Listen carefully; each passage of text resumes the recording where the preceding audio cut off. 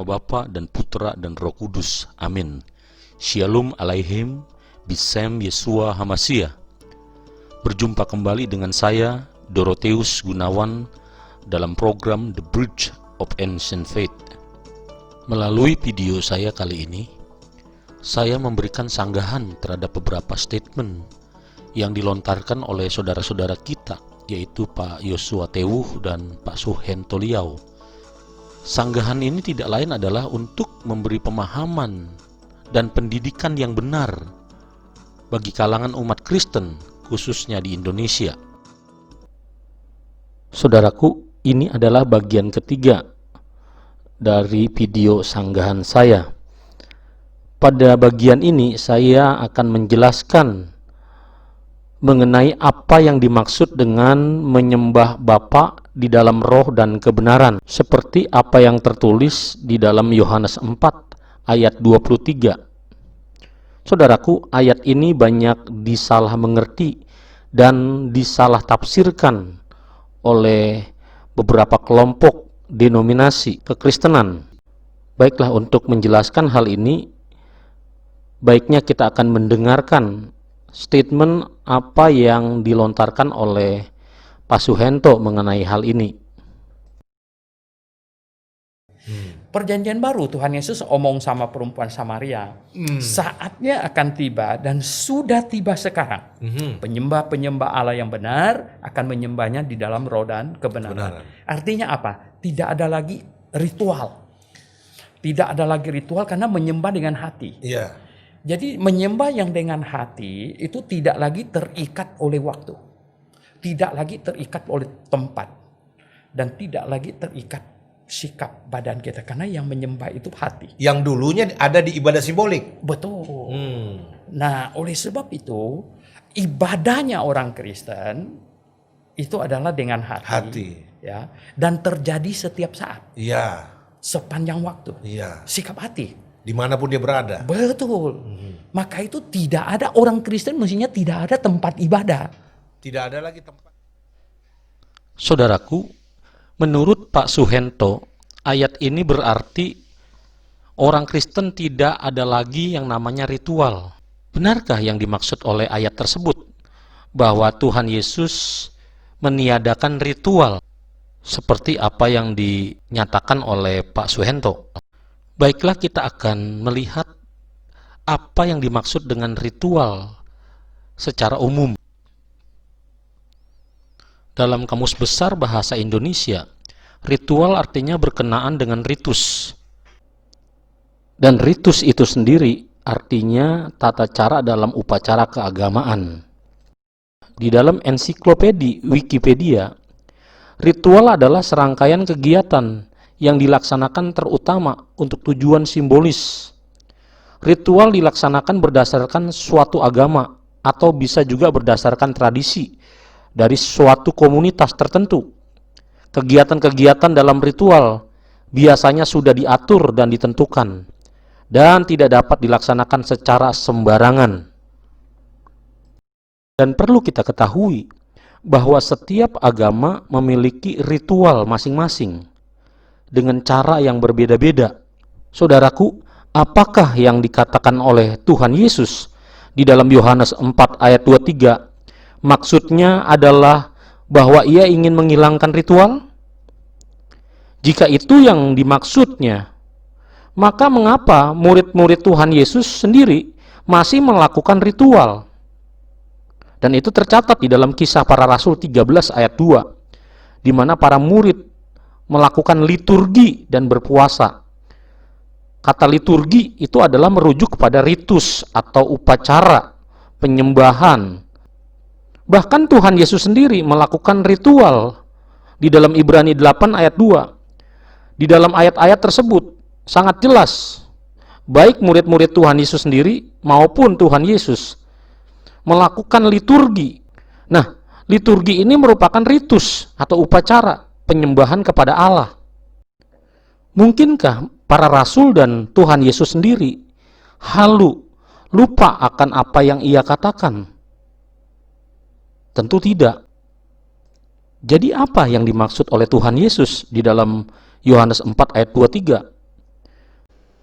Saudaraku, untuk memahami maksud dari ayat tersebut, kita tidak bisa melepaskan itu dari konteks ayat-ayat sebelumnya.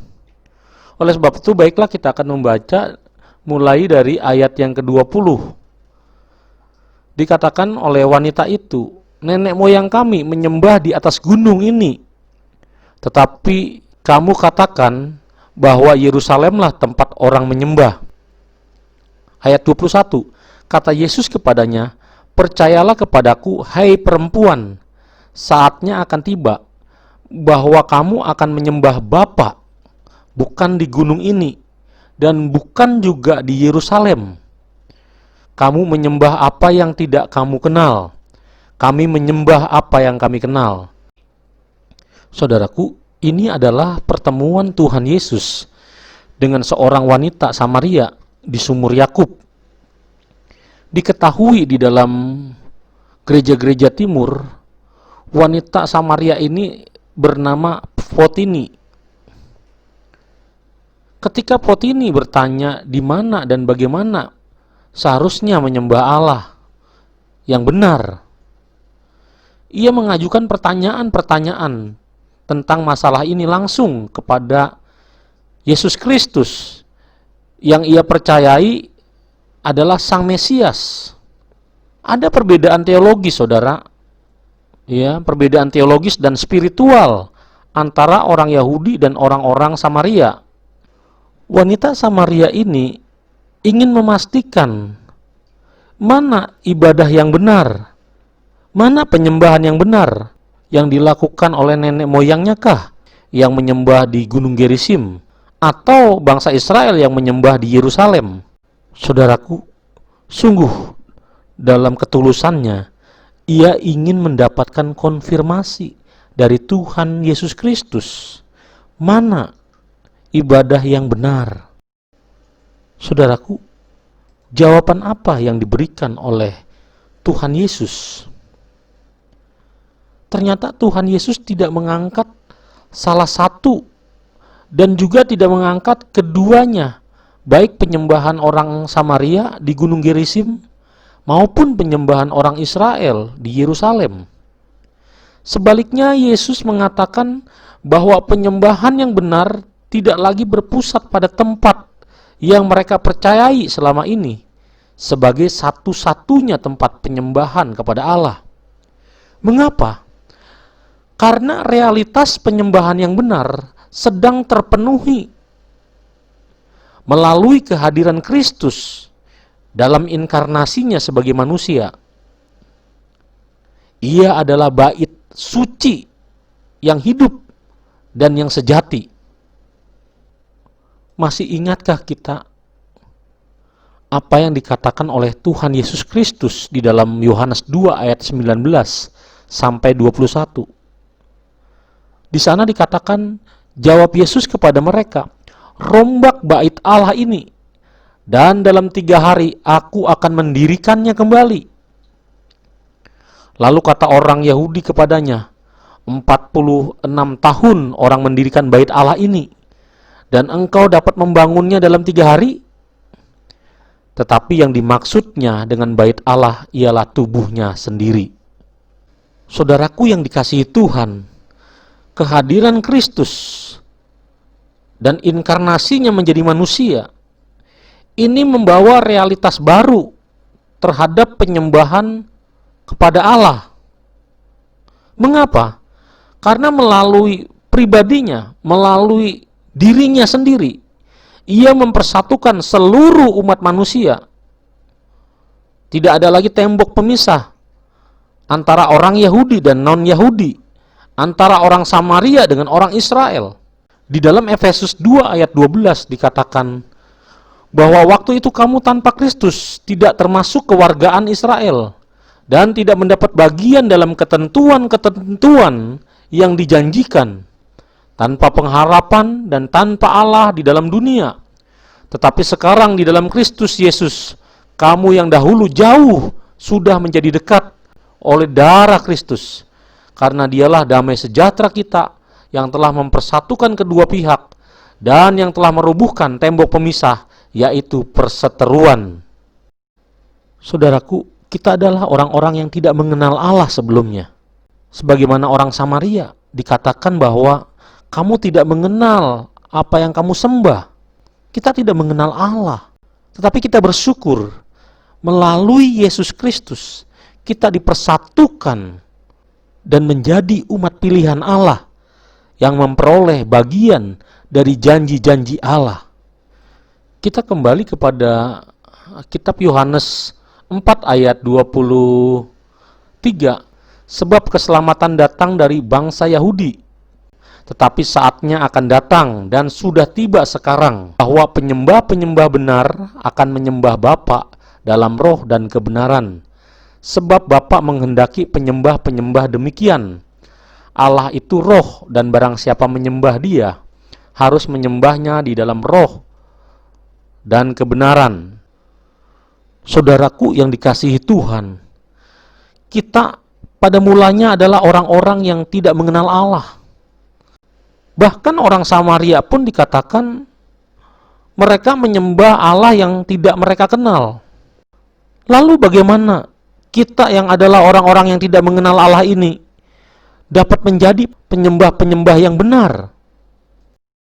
Inilah kabar baiknya, di mana Tuhan Yesus mengatakan, tetapi saatnya akan datang dan sudah tiba sekarang bahwa penyembah-penyembah benar akan menyembah Bapa dalam roh dan kebenaran. Saudaraku, perhatikan apa yang Yesus katakan. Akan tiba dan sudah datang sekarang. Kata sekarang itu artinya pada saat Yesus berbicara, saat itu telah dimulai. Itu telah dimulai karena Yesus Kristus sendiri, Dia menjadi jalan masuk bagi setiap orang untuk mengenal Bapa dan menjadi penyembah-penyembah yang benar. Itulah yang dikatakan di dalam Efesus 2 ayat 18. Karena oleh Dia kita kedua pihak dalam satu roh beroleh jalan masuk kepada Bapa. Demikian kamu bukan lagi orang asing dan pendatang, melainkan kawan sewarga dari orang-orang kudus dan anggota-anggota keluarga Allah. Jadi jelas di sini bahwa penyembah yang benar akan menyembah Bapa. Dan Yesus Kristus yang adalah kebenaran itu sendiri, Dia menjadi jalan masuk bagi kita. Jalan masuk bagi kita atau pintu masuk bagi kita kepada Bapa, yang oleh pertolongan Roh Kudus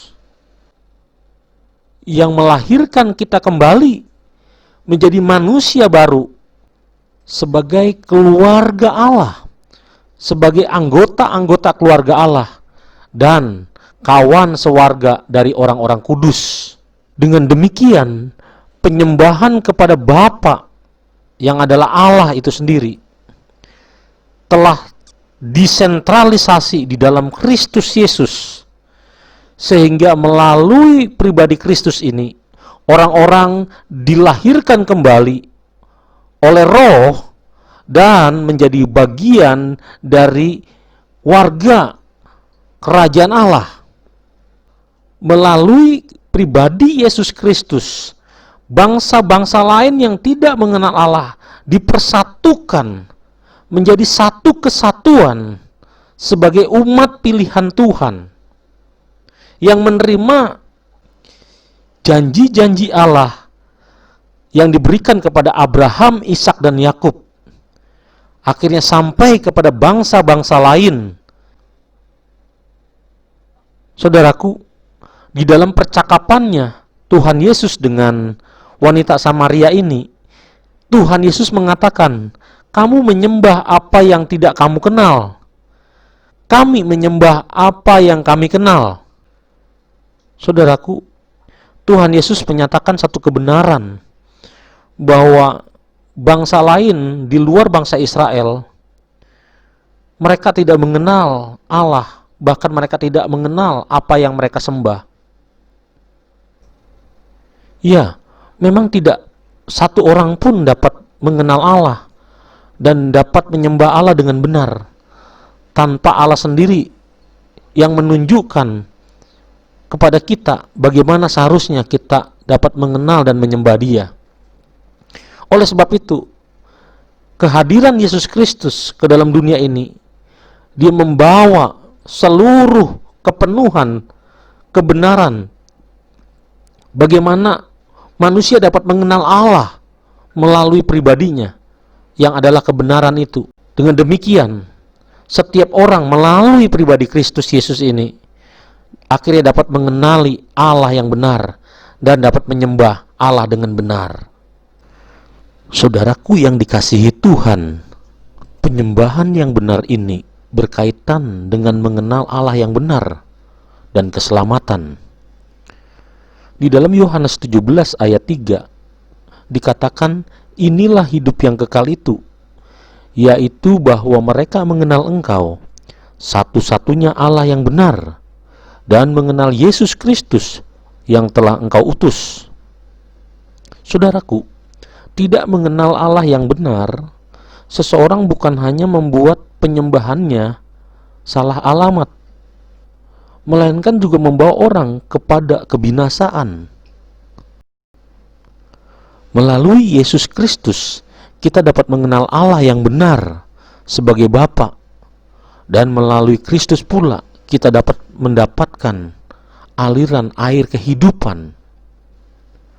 Di dalam Yohanes 7 ayat 38 sampai 39 dikatakan, barang siapa percaya kepadaku, seperti yang dikatakan oleh kitab suci, dari dalam hatinya akan mengalir aliran-aliran air hidup. Yang dimaksudkannya ialah roh yang akan diterima oleh mereka yang percaya kepadanya. Saudaraku, roh yang diterima oleh setiap orang yang percaya kepada Kristus memampukan seseorang dapat menyembah Allah dengan benar. Orang-orang yang belum dilahirkan kembali oleh roh tidak dapat menyembah Allah yang adalah roh. Akhirnya penyembahan yang benar dan murni hanya terjadi di dalam Allah Tritunggal, di mana Bapa dimuliakan melalui putranya Yesus Kristus sebagai satu-satunya jalan di mana kita beroleh jalan masuk kepada Bapa. Dan melalui Roh-Nya yang kudus, orang percaya dilahirkan kembali sebagai manusia baru, sebagai manusia rohani, sehingga dapat menghampiri dan menyembah Allah yang adalah roh. Saudaraku yang dikasihi Tuhan, jadi penyembahan yang benar dan murni inilah yang akhirnya dihadirkan di dalam gereja yang adalah tubuh Kristus. Ritual perjanjian lama telah diganti oleh ritual perjanjian baru. Ritual penyembahan yang baru yang dihadirkan dalam realitas sejati di dalam gereja yang adalah tubuh Kristus. Ritual di bait suci Yahudi hanya ada bayangan saja, di mana korban-korban yang dipersembahkan di sana adalah simbol pengorbanan Yesus Kristus. Namun di era perjanjian baru, pengorbanan Kristus yang sejati telah dipenuhi. Oleh sebab itu, di dalam gereja yang adalah tubuh Kristus terdapat korban sejati dari Putra Tunggal Allah yang diperingati dalam Ekaristi atau perjamuan kudus. Itu sebabnya di dalam Ibrani 8 ayat 6 dikatakan, tetapi sekarang ia telah mendapat suatu pelayanan yang jauh lebih agung, karena ia menjadi pengantara dari perjanjian yang lebih mulia, yang didasarkan atas janji yang lebih tinggi. Kata pelayanan yang jauh lebih agung di dalam bahasa Yunani digunakan kata diaporos liturgia, yang artinya liturgi yang lebih agung. Saudaraku yang dikasihi Tuhan, jadi apa yang dikatakan Pak Suhento bahwa Tuhan menghapus ritual itu tidaklah benar. Yang benar adalah Tuhan telah mengganti ritual perjanjian lama yang hanyalah bayangan saja dengan ritual yang baru. Oleh sebab itu, gereja perdana tidak lagi melakukan korban-korban bakaran seperti yang dilakukan oleh nenek moyang mereka. Para rasul di dalam gereja perdana telah memberikan muatan baru terhadap korban-korban bakaran di dalam perjanjian lama. Mengapa? Karena bagi mereka korban-korban itu telah dipenuhi dan digenapi melalui pengorbanan Yesus Kristus di atas kayu salib. Oleh sebab itu, gereja telah mengganti ritual-ritual korban itu dengan ritual baru, yaitu Ekaristi atau perjamuan kudus yang diperingati dalam setiap liturgi dalam ibadah mereka. Demikianlah penjelasan saya mengenai apa yang dimaksud dengan menyembah Bapa di dalam roh dan kebenaran. Atas nama Bapa dan Putra dan Roh Kudus. Amin.